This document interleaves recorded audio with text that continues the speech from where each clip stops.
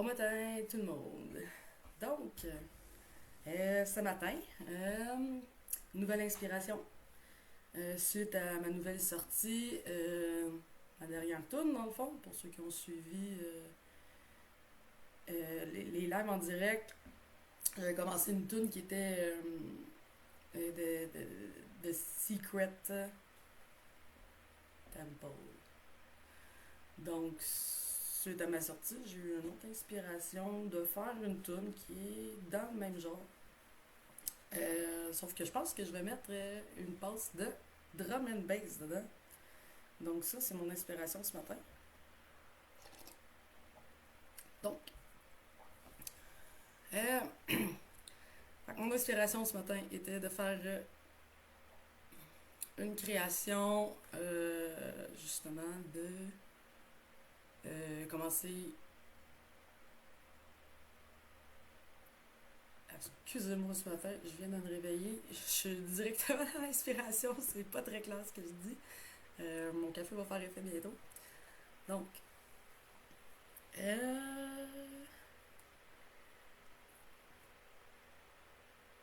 où j'en étais?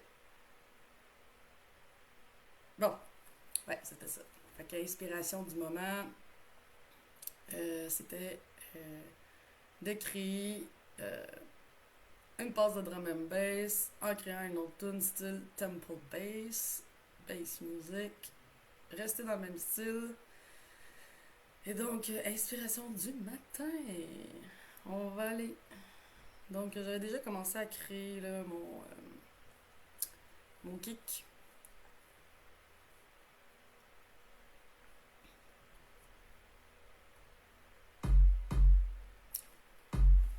On va monter le son.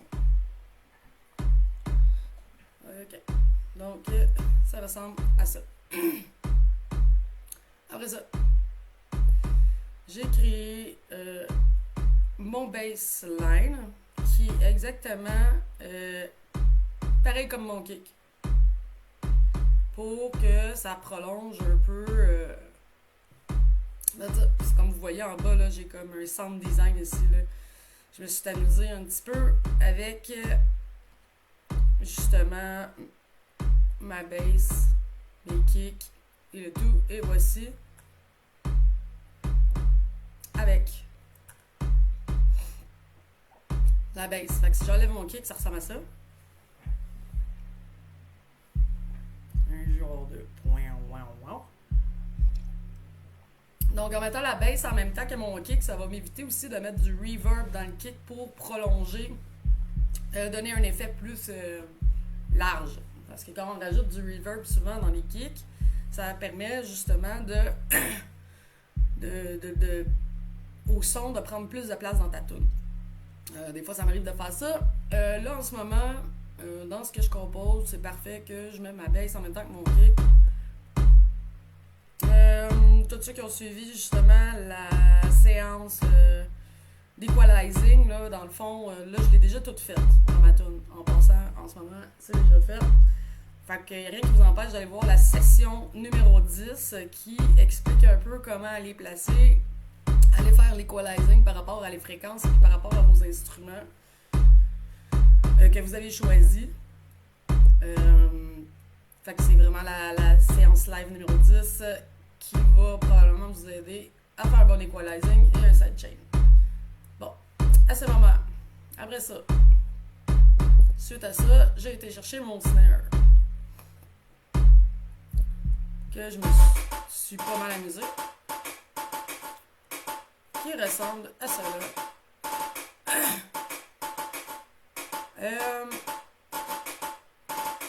Celle-là, là,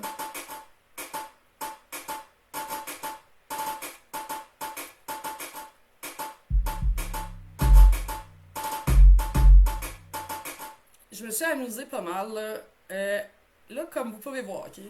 Vu que, tu sais, moi, dans le fond, je travaille, comme on peut voir, on travaille tu sais, comme c'est comme les 4 temps, là. Tout est dans le temps. Moi, ce que j'ai fait pour faire un kick dans le drum and bass, ici où est-ce que j'ai mis le pattern, dans le fond, comme on peut voir, mon kick, je l'ai mis sur un 16 temps. Dans le fond, sur 16. Tu sais, dans le fond, ici, là, tu peux choisir sur un demi-temps, 4 temps, 8 temps, 16 temps, 32. Ça veut dire que ta lecture normale, si on va voir en bas de mon écran, là, vous regardez comme il faut, là, par exemple, je sais pas si vous pouvez le voir, Colin, à cause de ma photo. Pas ma photo, mais la vidéo. Attends une minute. Ok. Ici, là, en bas, c'est écrit mon tempo, 95. Puis après ça, à côté, c'est écrit 4-4. Fait que ça, c'est sur un 4 temps. Fait que 1. T'as comme un métronome, ok? Moi, j'ai comme un petit signe métronome ici. Tu peux l'activer quand tu joues, mais moi, j'en ai pas besoin. Donc, ton métronome est seté sur un 4-4. Fait que tout va être 1, 2, 3, 4. 1, 2, 3, 4.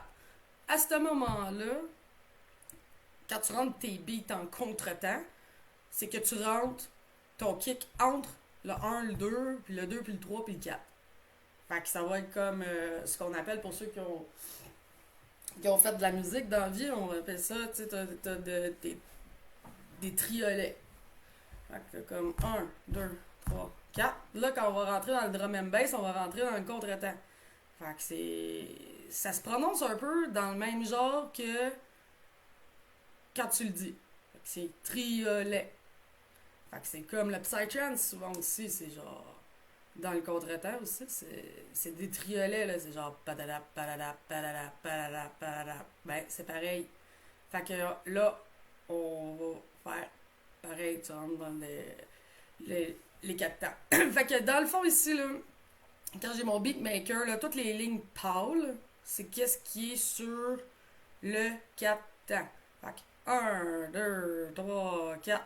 1, 2, 3, 4. Quand je rentre dans mes lignes, je suis capable de rester, exemple, dans le même temps. Mais aussitôt que je rentre ici, là, comme ça, là, je rentre dans le contre-temps.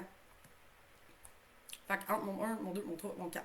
Fait que ici, comme on voit, je me suis amusée à aller chercher un peu de contre-temps puis de rester dans le temps en même temps. Là, peut-être que ça vous mélange. Il n'y a rien qui vous empêche un peu, là, si vous voulez, d'écrire dans le chat puis de poser des questions. J'ai aucun trouble avec ça. Donc, là, justement, on rentre dans le contretemps. Comme je disais aussi, le psytrance, c'est le contretemps. C'est le fun de rentrer dans du contretemps puis de jouer dans le temps. Fait que ton kick est toujours dans le temps. Pac, pac, pac, pac. Puis après ça, tu rentres ton bassline dans le contretemps. Pac, tadada, pac, pac, tac, tadac. Puis là, ça part. Puis ça fait vraiment une belle harmonie. Fait que là, pour ma petite séance drum and bass, ça va donner ça. On joue avec le temps. Comme je disais, en bas, on est dans le 4 temps. Et voilà. Après ça, je me suis amusée avec mon hi-hat. Fait qu'ici, le hi-hat, ça donne ça.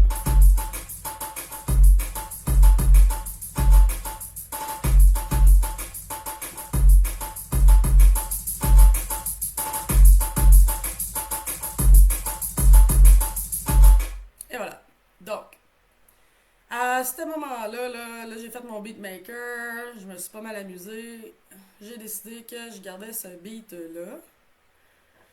Fait que, ce que ça a donné hier, dans ma composition, dans le fond, hier, comme je vous ai dit, comment je fonctionne par rapport à mes sélections ou mon inspiration, ben, dans le fond, moi, je mets tout genre comme un méga brouillon, je mets mes idées, let's go, puis quand ça fit, je le mets, je le marque, et ça a donné ça. Fait que, on va écouter ce que ça donne.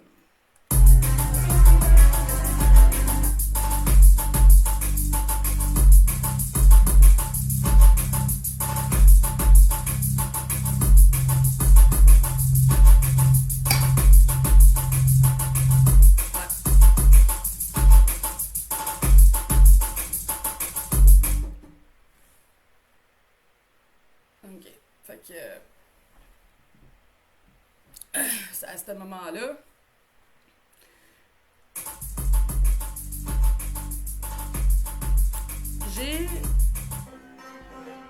Je me suis amusée là, à rentrer un autre instrument Star.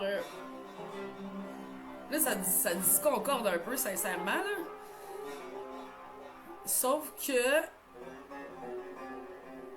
comme je dis, c'est en mettant des instruments, en plaçant les instruments, c'est en mettant des essais-erreurs que dans le fond tu débloques. Donc, moi j'ai mis comme des patterns de sitar qui se ressemblent pas nécessairement, qui fit probablement pas avec ma tune en ce moment. Puis, après ça, là, je dispatch, là, je vais construire autour de ma tune encore une fois. Fait que là, ici, on voit là, que j'ai un noyau, là. Fait que je vais pouvoir créer un genre de breakdown. Puis à partir de ce breakdown-là, je vais pouvoir comme aller chercher ce noyau-là pour rentrer dans une autre phase pour ma track qui va être un peu drum and bass. Euh, Comment que j'ai starté ça? Pour vous donner une petite idée, mon inspiration avait commencé justement avec le premier beat que j'ai rentré, que je suis pas mal sûr que ça risque d'être un résultat là, euh, qui va être dans ma prochaine sortie. Là. J'ai déjà trouvé le titre, fait que c'est déjà inspirant. Euh, un petit côté arabe, là, c'est quand même hot.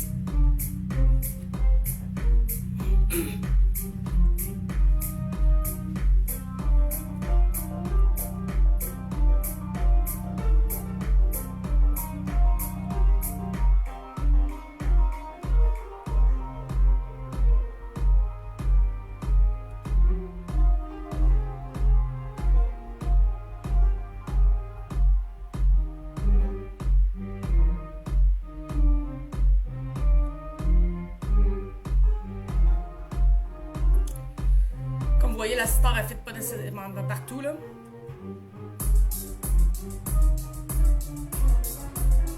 C'est pas beau, hein? Ouais. Fait que là, je me suis amusée là. Après ça, je voulais rentrer dans une phase qui était drum and bass.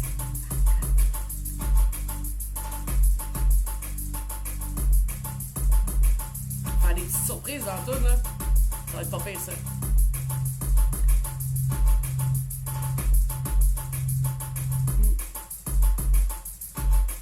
Fait que comme je disais là, pour. On reconnaît souvent là, ma signature dans mes tunes.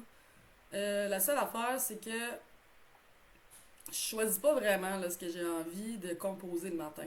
Euh, ou mon inspiration. C'est un peu genre, j'ai le goût de faire de la peinture. J'ai un mood, puis je commence avec des couleurs, je commence avec une ligne, une forme, puis à un moment donné, ben, ça m'inspire dans un produit. Je fais pas comme, hey, aujourd'hui, je vais faire du Psytrance, ou aujourd'hui, je vais faire du Bass House.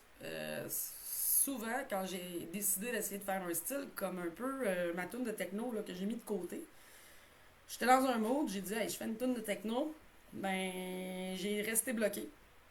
Puis quand je vais vraiment avec mon mood, comme ce temps-ci, là, j'écoute beaucoup de musique, là, du sacred bass, du temple bass. Je suis vraiment comme dans un mood d'écouter ça.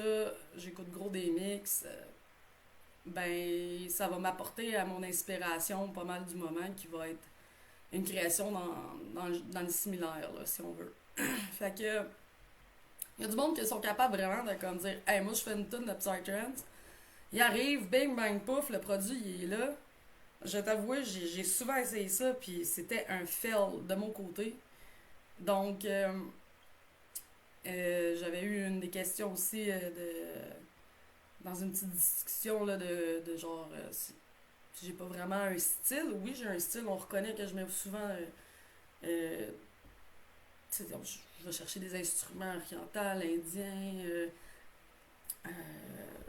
je vais chercher souvent du tam-tam aussi, du tabla, je vais chercher de la percussion. C'est vraiment ma force, le côté percussion, à défaut d'avoir été drummeuse là, auparavant. Puis, cette force-là est là. C'est juste que j'ai des goûts musicaux aussi. Tempo bass, ouais, je fais ça dans la vie, j'écoute ça. Mais en général, je suis une fanatique du dark techno, puis j'aime beaucoup, beaucoup le zenonesque. Donc, c'est sûr que quand je suis capable de sortir une tune qui est en conséquence de ce que j'écoute, je capote. C'est vraiment hot. Mais malheureusement, je choisis pas nécessairement mon style. Mon style il varie, là, exemple. Dans le progressif, dans le bass music, j'ai fait un album ambiant, mais Euh, J'aimerais vraiment ça, là, tu sais, être capable de faire une méchante tune là, de psytrance, psyprog, ça serait débile mental. De là que j'ai toujours été ouverte à la collaboration, tu sais. Collaborer avec quelqu'un, tu sais, j'ai une force, là. Je peux faire des bons basslines, je peux te faire de quoi de nice. Mon problème, c'est vraiment comme au niveau mélodique, c'est ma grosse faiblesse, le côté mélodique dans mes tunes. Si j'ai quelqu'un qui est capable de me faire genre un lead avec de la mélodie, là, c'est clair que on est capable de faire une tune assez hot. Euh, Ça, je suis encore ouverte là-dessus au niveau de collaborer avec des personnes. Puis on s'envoie une coupe de samples, puis on s'amuse, là. Ou de travailler à distance. Même faire un live avec deux personnes dans le live, puis mettre ça directement en direct, ça peut être très intéressant pour ceux qui suivent mes lives. Toutes les lives que je fais aussi, là, je n'ai pas parlé beaucoup, mais je les enregistre, puis après ça, j'ai diffuse sur mon channel YouTube. Donc, vous êtes capable d'avoir accès à ça.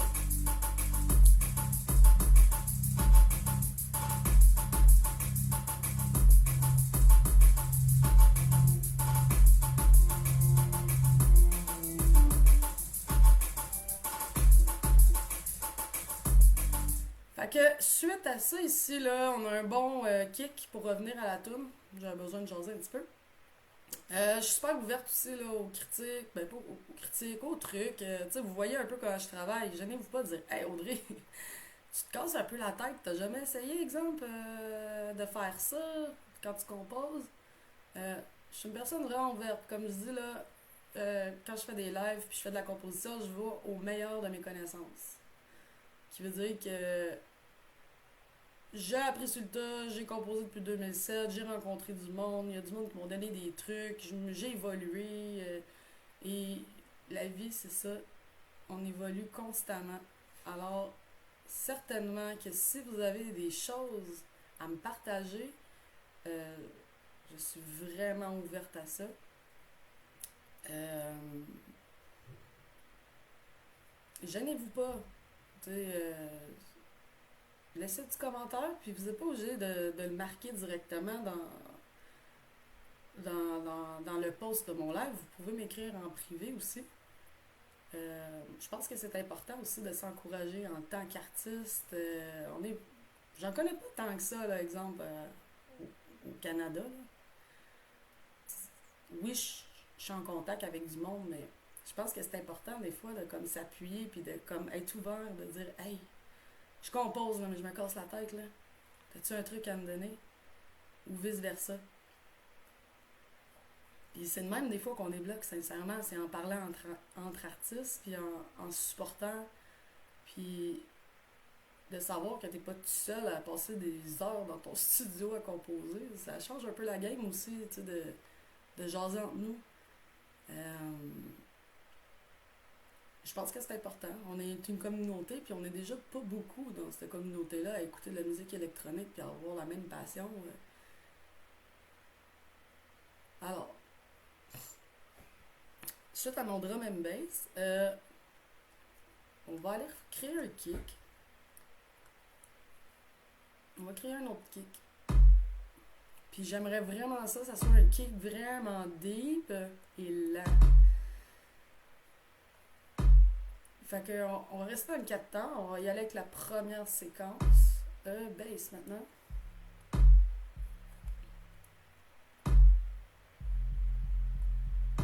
Tu sais, quand je parlais du contretemps, là, on peut rentrer dans le contretemps, là, ici.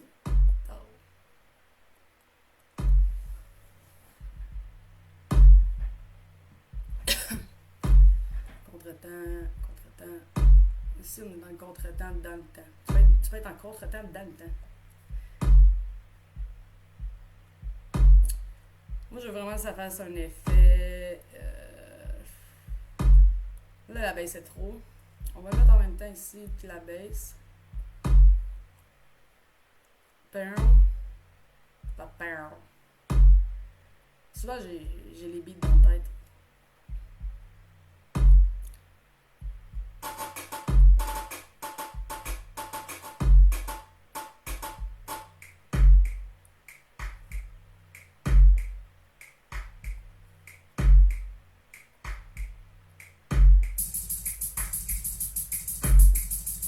rapide, là. Ça, là, on le choisit, là, comme je disais, là, quand... Au lieu de te casser la tête à aller coller toutes tes notes, là, regarde, là. Tu le fais ton beat. Check bien ça. On va aller chercher la hi-hat.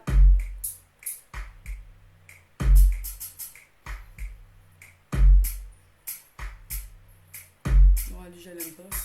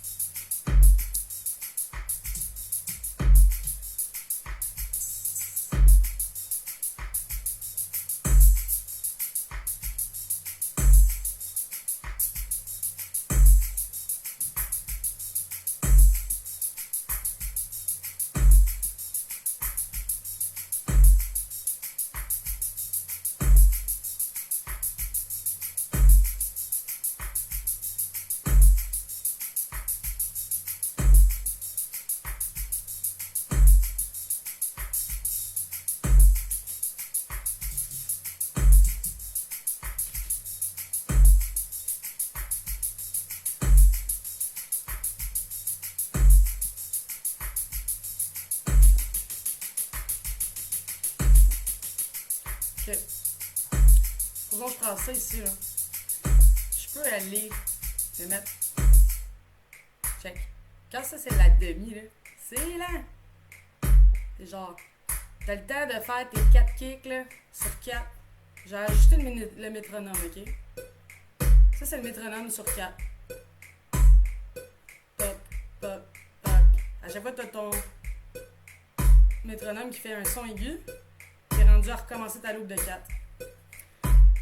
Fait que, supposons, là, j'y vais avec ça, là. C'est lent, là, sur une demi, là, un demi-temps. Supposons, là, dans le drum and bass, là, tout à l'heure, je disais, là, tu vas aller jouer dans le 32, check ça. C'est juste, ta lecture est plus rapide sur 32.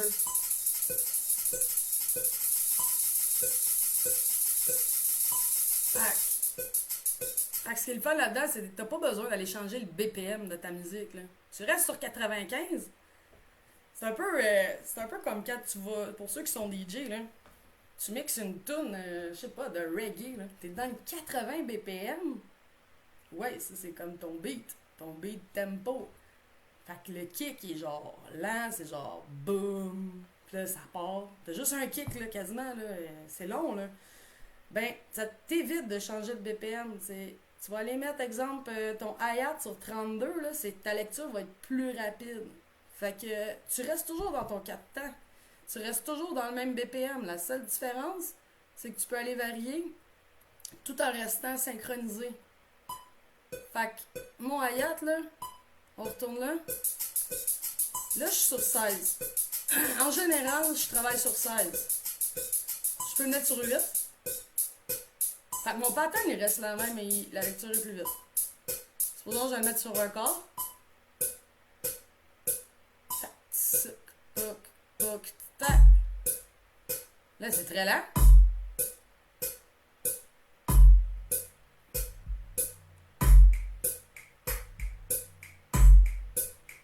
Ok, on va arrêter le métronome, là. Ok. Fait que là, tu peux t'amuser à dire, hey, j'embarque dans quel genre de beat, là. Supposons que je fais mon kick, je peux aller le mettre sur 64. Tu sais? Surtout si tu fais des samples, tu peux t'amuser parce que qu'est-ce qui est cool, c'est exemple. Ok, je donne un exemple là, rapide, le truc rapide pour un sample, ok? On parle du hi-hat, ok? Supposons que j'aime vraiment la variété du hi-hat. Là, je suis sur le corps, j'ai dit, ah ouais, ça c'est malade, je le veux justement là, lent comme ça pour, je sais pas, un certain temps. Tu t'assures d'aller travailler ta loupe. Ok, 2 secondes, on va arrêter ça ici. Supposons là comme, parce que là j'ai de 33 à 34. À chaque ligne ici, c'est un 4 temps. Fait que c'est 1, 2, 3, 4. 1, 2, 3, 4. 1, 2, 3, 4. 1, 2, 3, 4. Fait que c'est comme des séquences de 60. 4 x 4 x 4 x 4. 64, c'est ça? Whatever. Je suis pas apte à calculer ce matin. Désolé. Même si vous le saviez déjà. Ok. Fait que supposons là, la première séquence, là, regarde, on y va là-dessus. Moi, je veux le hi-hat. Puis tout ça. Sur un quart de temps. Alors, je vais aller ici, je vais faire remplir la boucle du pattern, ok? Et voilà. Et elle se retrouve là. Elle va être lente sur un quart. Après ça, je veux augmenter justement ça. On retourne. On va pas le mettre sur un quart. Là, tout à l'heure, là, j'aimais bien ça quand ça allait vite, là. On va y aller sur le 32. Là, on va aller remplir. Poc! Et voilà. Vous voyez la différence, là? Ici, j'ai genre ma track sur un quart. Là, je l'ai sur 32. Puis après ça, on va revenir dans le temps. On va la remettre sur 16, OK? Qui va aller créer notre variété. Ça t'évite vraiment de commencer à gosser avec les notes, à genre toutes les coller. Tout est là. Les outils sont là, OK? C'est juste des fois, il faut le savoir, ce petit raccourci-là. Et voilà. Alors, ma loupe, supposons que je l'écoute. Et voilà. Ça donne ça. OK? Alors là, je vous ai donné un raccourci de pouvoir créer avec le même pattern, qui est mon hi-hat, comme je disais, un raccourci. Alors, juste de changer ici la séquence sur 4 temps, si tu le mets en demi-temps, en quart de temps, sur 8, en 16, en 32, comme je disais, normalement, on travaille sur le 16, ben, t'as pas besoin de recréer un autre pattern. Alors, une fois c'est copié ici, j'ai mes patterns, j'ai le même pattern, mais j'ai mis sur une différente échelle. Après ça, on va rajouter le kick, là, justement. On va aller travailler le kick.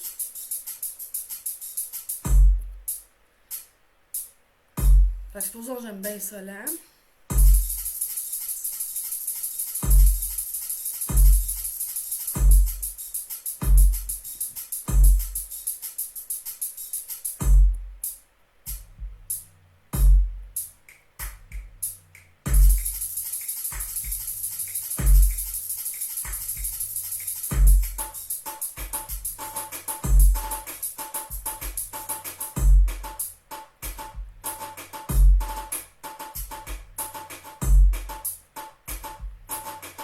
Allez voir l'exemple que ça a l'air sur 8 temps.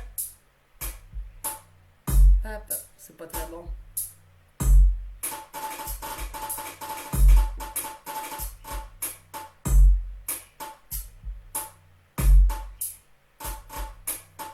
Bizarre.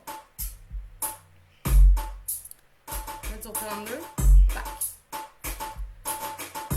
Ok. On va déplacer ma loupe, on va aller là. Ça aussi, ça tape. Bien, on va le laisser sur 32 directement, là, c'est très très cool.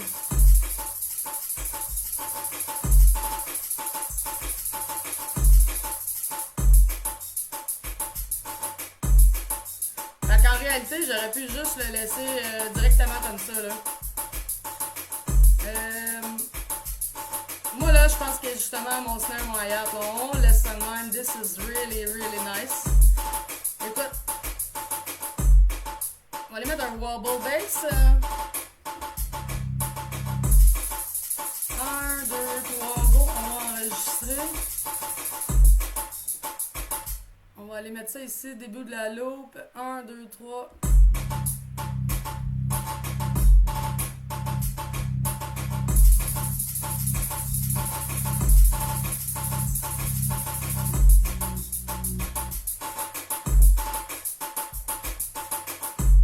Je suis pas très sûr pour la note.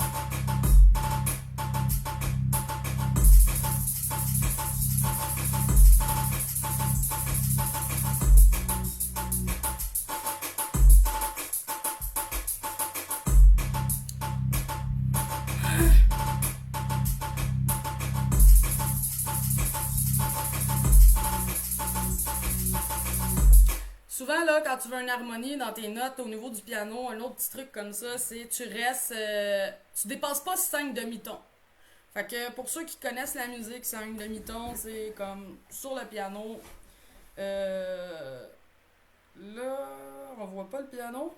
Bon, ok, supposons là. Euh, Ici, ok. Surtout comme quand t'es dans les basses fréquences, tu fais une harmonisation des notes, 5 demi-tons, là, c'est C1 à C2, là. Ça, c'est un demi-ton. Après ça, C2 à C3, un autre demi-ton. Fait que c'est un 2 3 4 5 boum, je tombe à C3, genre.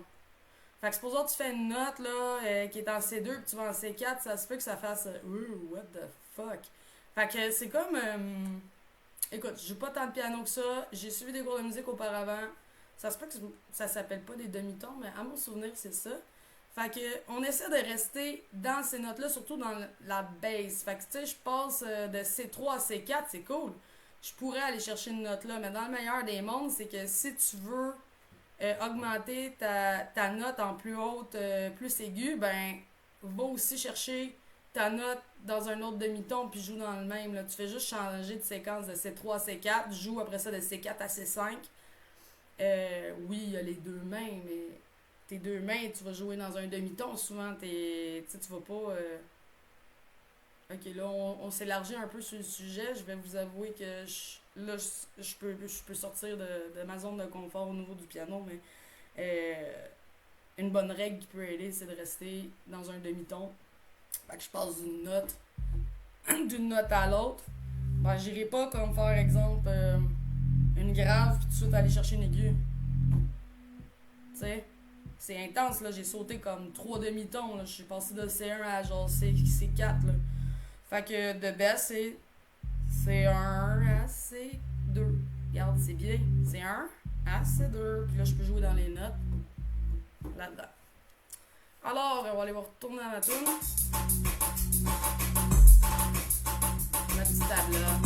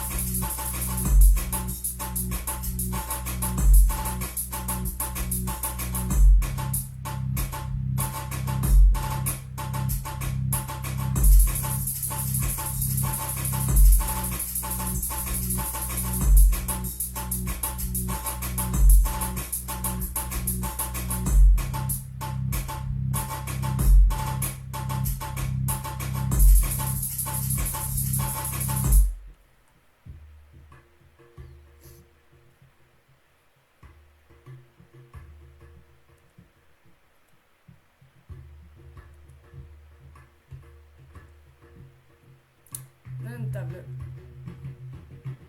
Ça pourrait être très cool ça.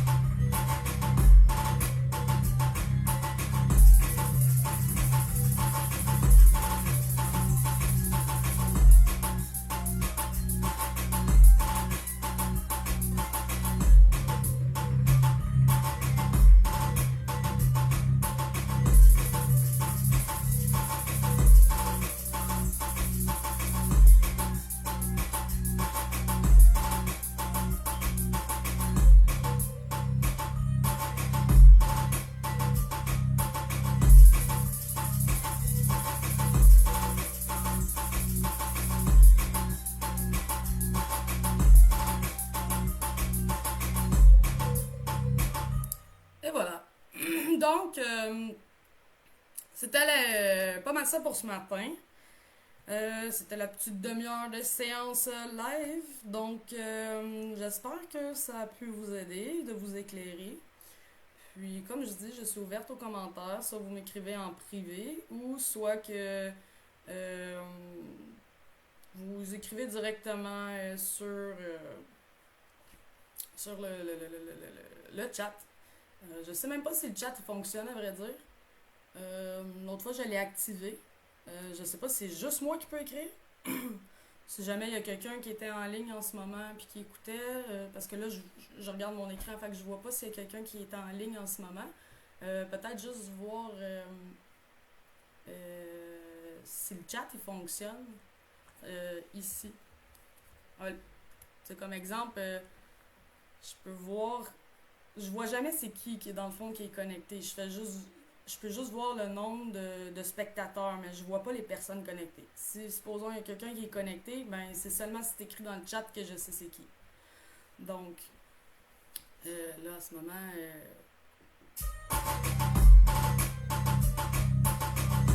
c'était l'exemple pour la création de drum and bass.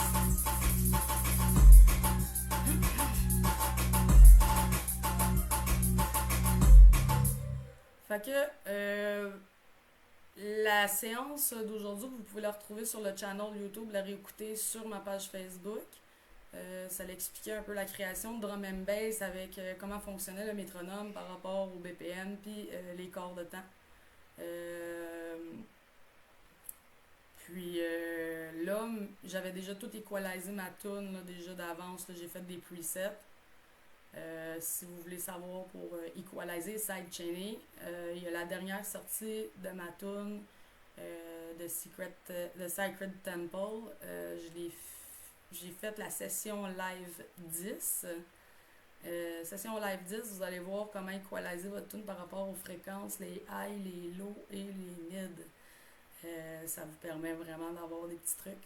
Et je suis aussi ouverte aux trucs que vous pouvez donner par rapport, c'est comme je disais tantôt, j'y vais du meilleur de mes connaissances. Et souvent, les trucs au fil du temps que j'ai eu, c'est en parlant avec d'autres artistes justement qui travaillent dans la production.